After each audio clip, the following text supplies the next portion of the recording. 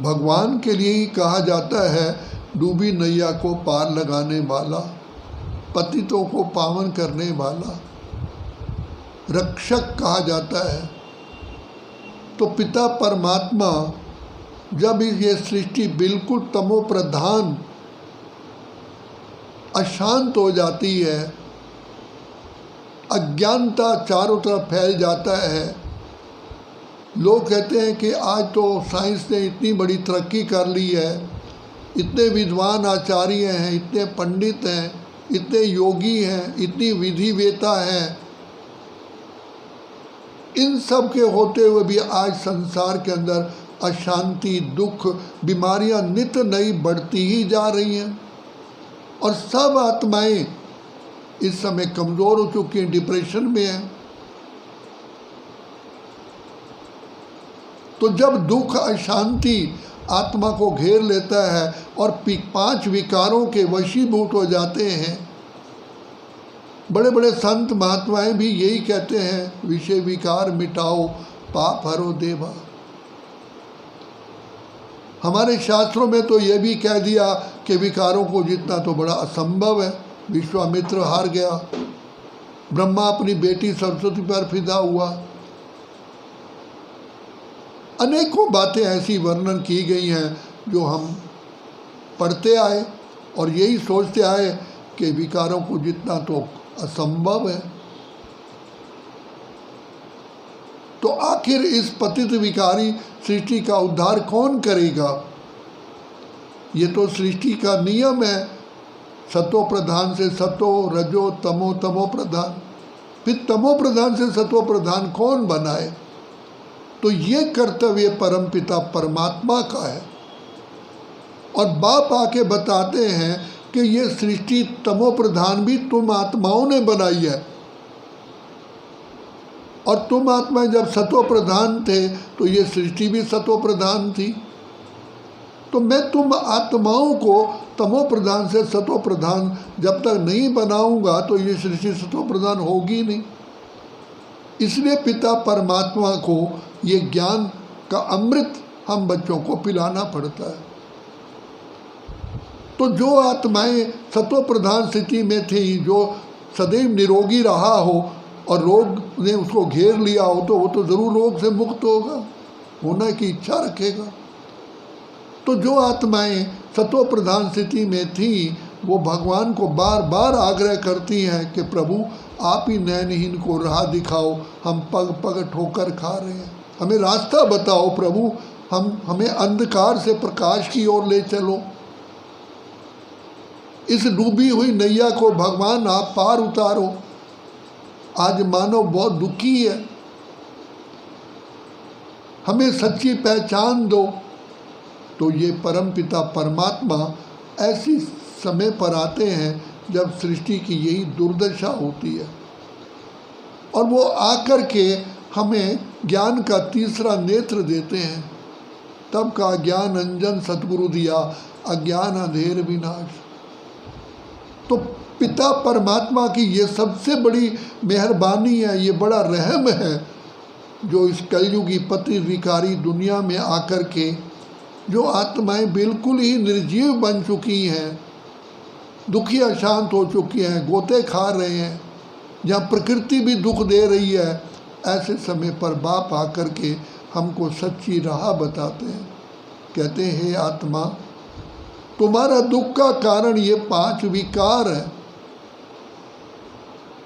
5 विकारों कारण ही एक दूसरे को व्यक्ति काट रहा है, दुख दे रहा है। ये आत्मा को 5 विकारों का दीमक लग गया है।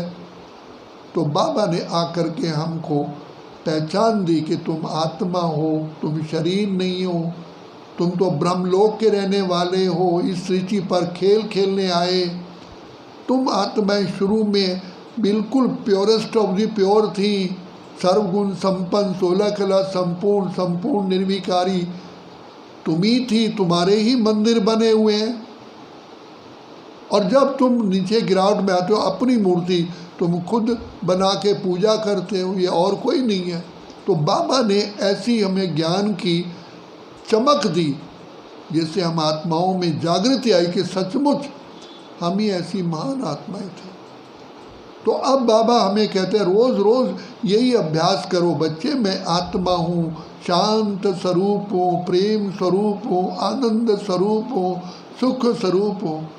जैसे ग्लूकोज की बोतल चलाते हैं तो drop drop drop drop glucose जाता है और वो पेशेंट ठीक हो जाता है।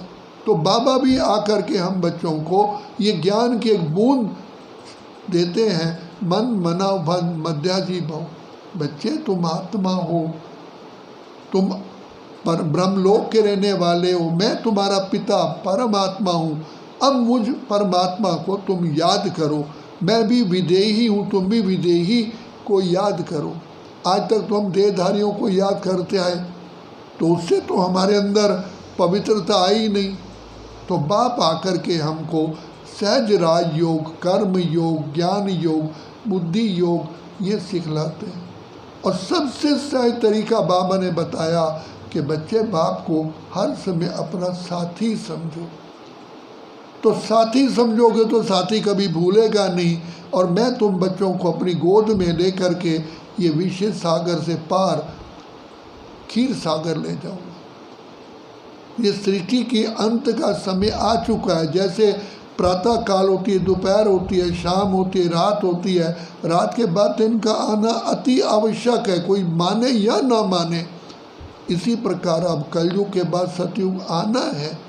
तो ये आत्माओं, हे मेरे लाडले बच्चों, अब जागो, मुझ परम पिता परमात्मा की एक फरमान मानो।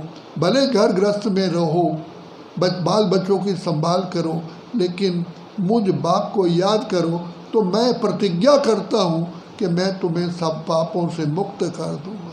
इसलिए बाबा कहते हैं ये सबसे धंधा, सबसे श्रेष्ठ धंधा है जो हम कांटे से फूल, पति से पावन, कौड़ी से हीरे जैसा, कंगाल से सरताज हम बन जाते हैं।